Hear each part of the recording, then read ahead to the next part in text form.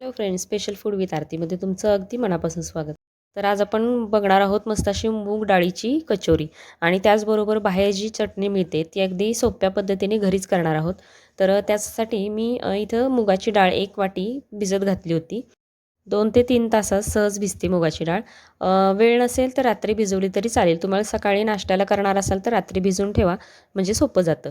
आता इथं छान अशी पाणी काढून मिक्सरच्या भांड्यात ही डाळ काढून घ्यायची. पाणी अजिबात म्हणजे वाटताना पाणी अजिबातच ठेवायचं नाही आहे याच्यामध्ये आणि वाटताना एकदम बारीक अशी पेस्ट करायची नाही आहे. थोडंसं जाडसर असं ठेवायचं आहे आपल्याला. थोडीशी कुठेतरी अखंड डाळ अशी लागली पाहिजे. आता कचोरीसाठी लागणारा मसाला आपण करून घेऊया. म्हणजे सारणासाठी लागणारा मसाला करून घेऊया. तर त्याच्यामध्ये मी धणे, जिरे आणि बडीशोप प्रत्येकी 2-2 चमचे घेतली आणि त्याच चमच्याने अर्धा-अर्धा चमचा लवंग आणि मिरे घ्यायचे. आता हे भाजत असताना तेल न टाकता भाजायचं आहे आपल्याला, ड्रायच भाजायचे कारण हे मसाला आपण मिक्सरमध्ये छान असा बारीक वाटून घेणार आहोत. आता हे थंड झाल्यानंतर वाटून घ्यायचं बारीक. आता ज्या वाटीने आपण डाळ घेतली होती त्याच वाटीने पाववाटी बेसन घ्यायचं आणि छान थोड्याशा तेलामध्ये हे खरपूस असं भाजून घ्यायचं. बेसन भाजल्यानंतर जी डाळ आपण वाटलेली होती ती डाळ याच्यामध्ये टाकून 1-2 मिनटं परतून घ्यायचं. पाणी अजिबात टाकायचं नाही आहे कारण आपल्याला सारण त्याचं एकदम कोरडं असं सारण तयार करायचं आहे. तर डाळ वाटताना पाणी टाकायचं नाही अजिबात कारण भिजलेली असते डाळ, त्याच्यामुळं ती सहज वाटल्या जाते. आता डाळ टाकून छान असं खरपूस 1-2 मिनटं आपण भाजून घेऊया. छान काय होतं जर वाटताना डाळीमध्ये पाणी गेलं तर म्हणजे जेव्हा आपण परतू त्याला खूप वेळ लागतो आणि लवकर ती ड्राय होत नाही. म्हणजे आपल्याला सारण जे आहे ते असं फडफडीत होत नाही, असे गोळे गोळे तयार होतात. मग तेवढी काळजी घ्यायची वाटताना. डाळ भाजत असताना त्याच्यामध्ये चवीप्रमाणे मीठ टाकून घ्यायचं आणि जो आपण सुरुवातीला म्हणजे मसाले भाजले होते, भाजून त्याची बारीक अशी पावडर तयार केली होती. म्हणजे एकदमच बारीक पावडर तयार करायची नाही, थोडीशी अशी थोडीशी रवाळ अशी टेक्स्चर ठेवायचं त्याचं, म्हणजे थोडंसं दाताखाली ते आलं की खूप छान लागतं. तर इथं आता चवीप्रमाणे मीठ आणि अर्धा चमचा लाल मिरची पावडर टाकली, थोडासा कलर येण्यासाठी टाकलेली आहे आपण.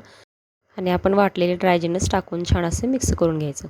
आता हे भाजत असताना गॅस मीडियम ठेवायचा आणि सतत छान असं हलवत हलवत हे सारण तयार करून घ्यायचं. इथं आपलं सारण तयार झालेलं आहे. आता जी आपल्याला बाहेर आपण इन्स्टंट चटणी असते, जी म्हणजे त्याच्यासाठी आपल्याला इथं चिंच किंवा गूळ किंवा खजूर असं कुठलाही पदार्थ लागणार नाही आहे. तर अगदी सोप्या पद्धतीने इन्स्टंट तुम्ही ही चटणी सकाळच्या गडबडीत करू शकता. तर इथं मी एक 1.5 कप पाणी घेतलेलं आहे. त्याच्यामध्ये 1 चमचा कॉर्नफ्लॉवर टाकलेला आहे. तर हे कॉर्नफ्लॉवर मिक्स करताना गॅस चालू ठेवायचा नाही कारण काय होतं, पाणी जर गरम झालं तर कॉर्नफ्लॉवर पटकन ते डिझॉल्व होत नाही. तर थंड पाण्यामध्येच कॉर्नफ्लॉवर मिक्स करून घ्यायचं आणि नंतर गॅस चालू करायचा. त्याच्यामध्ये अर्धा चमचा जिरे पावडर टाकायची. पाऊण चमचा लाल मिरची पावडर टाकायची. याचा म्हणजे तिखट नाही आहे ही पावडर, काश्मीरी लाल मिरची पावडर आहे, फक्त कलरसाठी ही वापरणार आहोत. आणि चवीप्रमाणे मीठ आणि 2 ते 3 चमचे साखर टाकायची. आता साखरऐवजी तुम्ही गूळ पण वापरू शकता. गुळाची पण टेस्ट खूप छान लागते या चटणीला, किंवा साखर देखील वापरू शकता. दोन्हीपैकी तुम्हाला जे आवडत असेल ते टाका. आता इथं जशी जशी उकळी येईल ही मीडियम हीटवर ह्याला ढवळत राहायचं कारण काय होतं, उकळी यायला लागली की ते उतू जाण्याची शक्यता असते. आधेमध्ये त्याला हलवत राहायचं. आता थोडंसं घट्टसर व्हायला लागलं की गॅस बंद करून घ्यायचा. इथं आपली चटणी तयार झालेली आहे. आता इथं अशा पद्धतीचं तुम्हाला टेक्स्चर दिसते. नंतर थोडंसं थंड झालं की याच्यापेक्षा थोडीशी ही चटणी घट्ट होते. तर कचोरीसाठी लागणारं पीठ तयार करून घेऊया. आता त्याच्यासाठी मी इथं 1.5 वाटी मैदा घेतलेला आहे. तर इथं तुम्ही काय करू शकता, अर्धा मैदा किंवा अर्धं गव्हाचं पीठ देखील वापरू शकता, किंवा फक्त गव्हाच्या पिठाच्या पण म्हणजे कचोरी छान होते.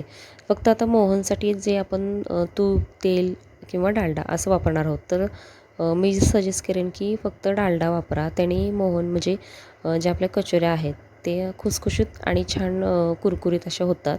तर तेल वगैरे वापरलं तर काय होतं, नंतर त्या थोड्याशा नरम पडतात. आणि इथे मी 2 ते 3 चमचे डालडा घेतलेला आहे. थोडासा कोमट करून घ्यायचा, म्हणजे थोडासा मेल्ट करून घ्यायचा. अगदीच गरम किंवा कडकडीत घ्यायचा नाही आहे. थोडासा असा कोमट घ्यायचा करून, म्हणजे तो मेल्ट झाल्यानंतर पिठामध्ये छान मिक्स होतो. आता पिठामध्ये चवीप्रमाणे मीठ टाकायचं. अर्धा चमचा ओवा तळहातावर छान रगडून टाकायचा. नंतर डालडा टाकून छान पिठाला हे सगळं एकत्र चोळून घ्यायचं. कारण छान असं म्हणजे कोरड्या पिठाला डालडा वगैरे असं चोळलं की छान असं मोहन म्हणजे त्याला लागतं आणि जे आपण कुठलीही कचोरी किंवा काही पुऱ्या बनवणार असतात त्या खुसखुशीत होतात. तर आता पीठ एक 10 ते 15 मिनटं आपण झाकून ठेवायचं म्हणजे छान मुरेल. आणि पीठ मळताना एकदमच घट्ट किंवा एकदम पातळ मळायचं नाही. चपातीपेक्षा थोडंसं घट्टसर पीठ मळायचं. आता पीठ छान मुरलेलं आहे.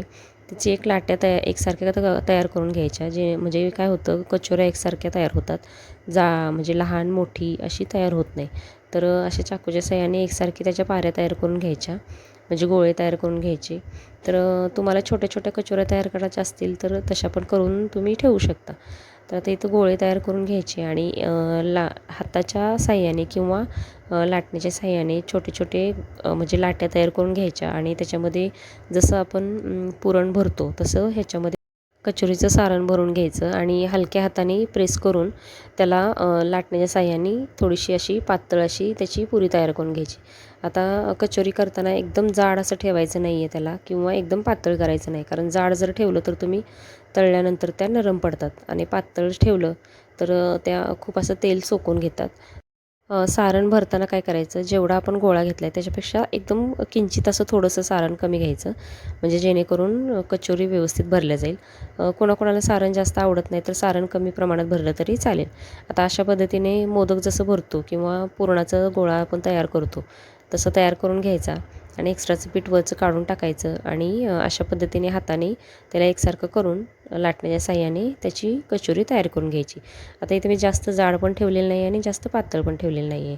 तर तुम्ही बघू शकता. आणि कचोऱ्या करताना एकदम छोट्या किंवा मीडियम साईजच्या तर कशा करायच्या त्या पूर्णपणे तुमच्यावर डिपेंड आहे. तर तशा अशा एकसारख्या कचोऱ्या तयार करून घ्यायच्या, म्हणजे जेणेकरून आपल्याला तळायला सोपं पडतं. आता तळताना काय करायचं, तेल गरम करून घ्यायचं. आधी कडकडीत तेल गरम करायचं आणि एकदम तेल एकदा गरम झालं की गॅस एकदम स्लो करून घ्यायचा आणि नंतर ह्या कचोऱ्या एकसारख्या तळून घ्यायच्या.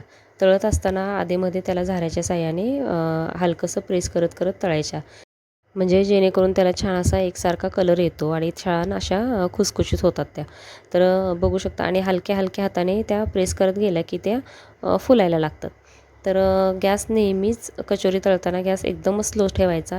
त्याच्याशिवाय ती कुरकुरीत म्हणजे खुसखुशीत होत नाही. तर आतपर्यंत ती आपल्याला तळून घ्यायची.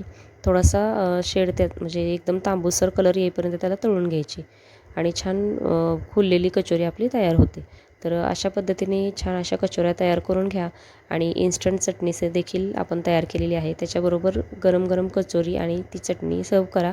कचोऱ्या जर स्लो गॅसवर अशा पद्धतीने तळल्या नाहीत तर त्या नंतर नरम पडतात, एवढं लक्षात ठेवा. आणि एकदम स्लो गॅसवर थोडासा वेळ लागतो कचोरी तळायला, पण एकदम स्लो गॅसवरच कचोरा तळून घ्या आणि नक्की ट्राय करून बघा. आणि जर आवडली ही रेसिपी तर तुमच्या फ्रेंड्सबरोबर, रिलेटिव्सबरोबर जास्तीत जास्त शेअर करा.